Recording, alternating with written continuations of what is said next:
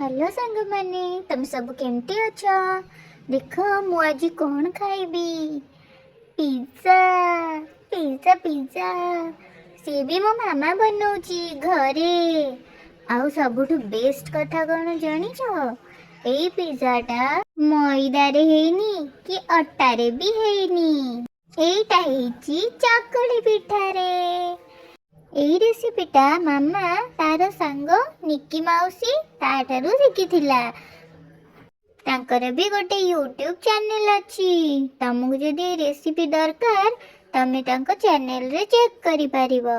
मु तांको चैनल रे लिंक डिस्क्रिप्शन रे पकई देबी मामा को कहि की।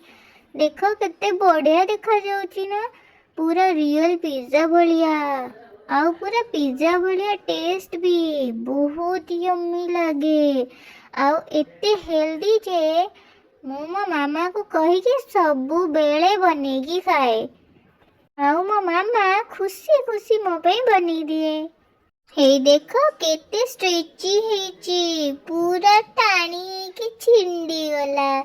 मते एई भलिया छिंडी छिंडी खाया को मजा लगे। पुणी देखा हबो नेक्स्ट ब्लॉग रे।